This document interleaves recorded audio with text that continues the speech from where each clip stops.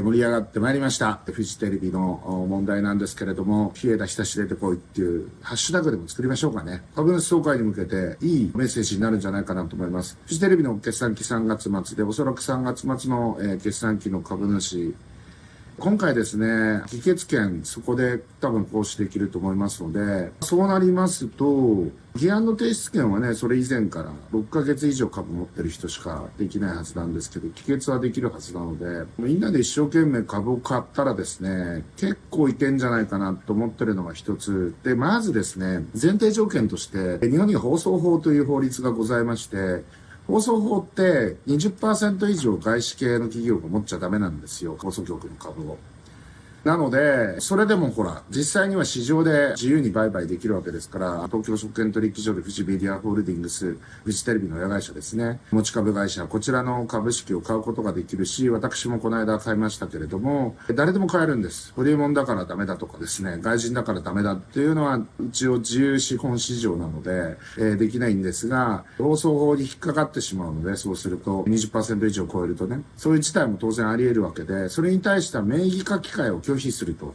名義は変わらないんだけれども、実質的にお金を出してる。だけれども、議決権はないみたいな状態になってる株主が 10% 近くいるというふうに言われております。完全に分かっているわけではないんですけれども、フジメディアホールディングスの場合は 30% 近くを外国人が持っているというふうに言われております。もちろんその顕在化している 20% 弱の株主に関しては、おそらく今回、ほとんどが外資系のファンドだと思われますので、日枝久志相談役、以下ですね、フジテレビを支配している人たち、今回の港さん、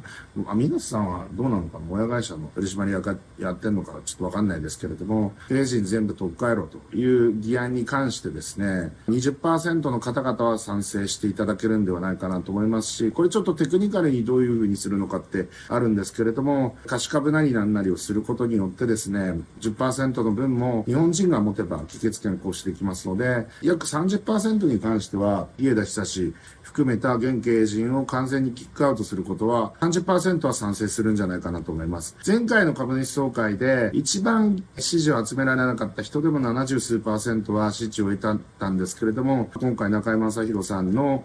件に端を発する会社ぐるみでの性接待疑惑っていうものが少なくとも女子アナをですね、そういった場に連れて行っていたということに関してはですね、やはりスポンサー離れもそれに対して進んでおりますし、AC ジャパンの CM になってるとかですね、そういったこともですね、よくね、震災の時に AC ジャパンの CM 流れてましたけど、あれはだからスポンサーがね、ついてない時、そういった時にですね、広告流れるんですけど、今回もそういったスポンサー離れが今顕著になってきているということで、経営責任を問われると。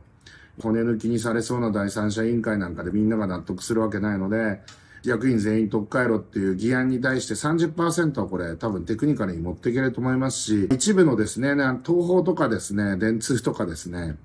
関西テレビとかですね、そういったお仲間の株主の方々はですね、おそらくサラリーマン経営者仲間のですね、日枝久志取締役相談役も含めた、こういった人たちを守ると思いますけれども、そうじゃない企業も若干出てくるだろうなと思うことで、票読み的に言うと30数%ぐらいは反対するんじゃないかなというふうに思いました。逆にそのまともな人たちを取締役に入れるということで、そちらの議案に賛成するっていう可能性は出てくると思います。で、そこでですね、さらにですね、これ、議決権を全ての株主が行使するわけじゃないんですけれども、それはだから選挙の投票とかと同じでですね、全員が投票するわけではないんですが、今回多分注目が集まると思うので 95% 以上議決権行使されるんじゃないかなというふうに思ってます。だから全く投票しない人は数%はいるかもしれないけれども、それを合わせても 40% ぐらい表明できるので、残りの 10% ですね、今、フジテレビの時価総額3800億円なので、その 10% ぐらい380億円をですね、皆さんが買うといいのかなと。20万人ぐらいが、1単元ね、100株ですけれども、それを20万人ぐらいが買うとですね、なんとかなるのかなっていうふうに思ってて、僕も買いましたけど、公共の電波をですね、与えられたテレビ局がですね、あまり良くないことをしてたんじゃないかっていう疑惑に対して、これをちゃんとこれまでの経営陣じゃなくて違う経営陣でちゃんと海を出し切るという意味でですね、我々で皆さんで株を買って、フジメディアホールディングスの闇とかですね、海とかをですね、ですね、どんどん出し切ると。そういう社会的大義でですね、株を買って実際に投票するというのはですね、素晴らしい行為だと思いますので、皆さんのね、力をぜひお貸しくださいっていうのを僕が言うのもなんなんですけれども、僕もですね、実際、とあるファンドはこれに関して、ダルトンかな、現経営陣はもう再任しないと、退陣してもらうよう要求することも考えているみたいなので、かなりこれ大きなうねりになってくるかなと思います。これ実際ですね、アメリカでゲームストップっていうですね、ミーム株っていうのがですね、ブームになって、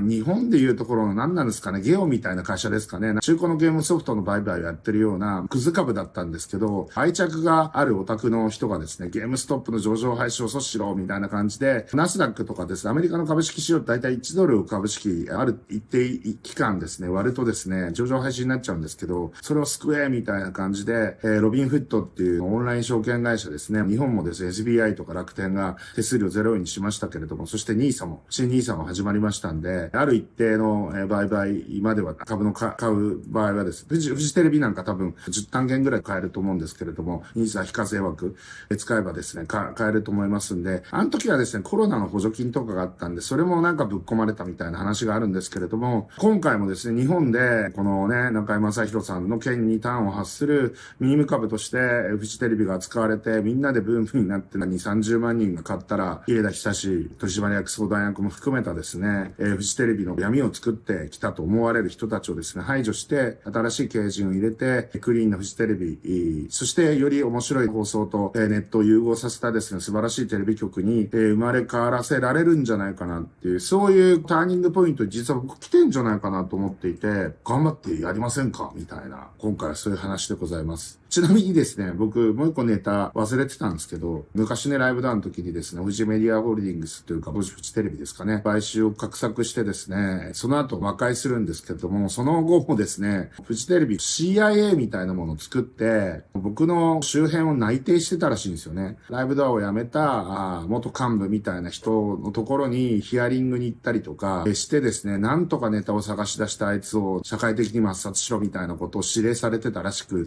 で、俺この話もたまにしてるんですけど、今回フジテレビのあれがあったんで、ちょっと話すと、僕は TBS の人から聞いたんですよ。なんで TBS の人が教えてくれたかっていうと、楽天に買収されかけてたんですね。もうみんな忘れてるかもしれないですけど、TBS は楽天に買収されかけてて、その時に局内 CIA みたいな人が、三木谷さんのネタを、スキャンダルをめっちゃ集めてたらしいんですよ。で、それ本人に聞いたんで僕。でも敵の敵は味方みたいな感じで教えてくれたんですけど、もうその人 TBS 辞めちゃってますけど、編成局みたいなところにいて、で、名刺もなんかフジテレビ記者の誰々ですみたいな、そういう名刺を持って取材に来ましたっつって取材するんですよ。で、テレビ局に取材されたらなんか一般人ってちょっと舞い上がるじゃないですか。うわ、テレビ局に取材されたみたいな。ペラペラ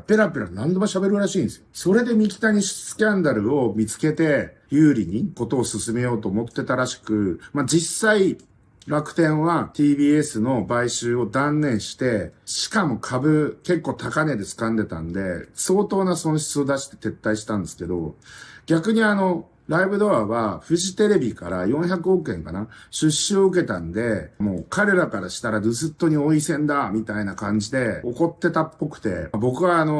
ライブドアに強制捜査が入る1ヶ月前にフジテレビの球体に日枝会長から直々に招待されて、フジテレビの青いキャラクターいるじゃないですか。名前忘れましたけど、あれのでっかいぬいぐるみをもらって、このフジテレビのこの球体から六本木ヒルズってこういう風に見えるんだ、なんてね、のんきなこと言ってましたけど、1ヶ月後に捕まっちゃいましたね。あいつ絶対知ってたと思うよ、日枝。すごいなと思って。俺、1ヶ月後にだっておめえらの CIA がネタ提供して、検察にそれを売って、ニヤニヤしながら見てたのかなと思うと、マジで腹立つわ、あいつ。本当に。そんなことお首にも出さずに、ニヤニヤしながら俺にそのぬいぐるみをくれてたんだよ、あいつ。すごくない？いや、すげえなと思って、今思えば、あいつ知ってたんだ。だから要は、CIA って言った情報部員。だからつまり、フジテレビの記者のふりをして、ホリエモンのスキャンダルを探す部隊がいたわけですよ。そういうところって会計士だったりとか弁護士みたいな社員で、すごいエリートの人が配属されるんですって、そういうところって。で、実際は自分たちにマイナスを何か引き起こす人たちのスキャンダルネタとかをずっと探してる人たちがいるわけ。テレビ局なのに、テレビ番組も作らずに、人のなんか荒探しをしてる最低の奴らがいるんだよ。テレビ局って。怖いよね。ほんと CIA だよ。しかもそれで我々を一般市民はですね、もうテレビにですね、メディアスクラムを組まれて、僕なんかもほんとひどかったですから、それをやられてたわけですよ。だからそういうところも含めて、僕は闇だと思ってるんで、なんとか皆さんの力を結集して、フジテレビ株を買うっていうのはどうでしょうか。フジメディアホールディングスかな。ということで、今日はですね、皆さんにね、大事なお話をさせていただきました。いってらっしゃい。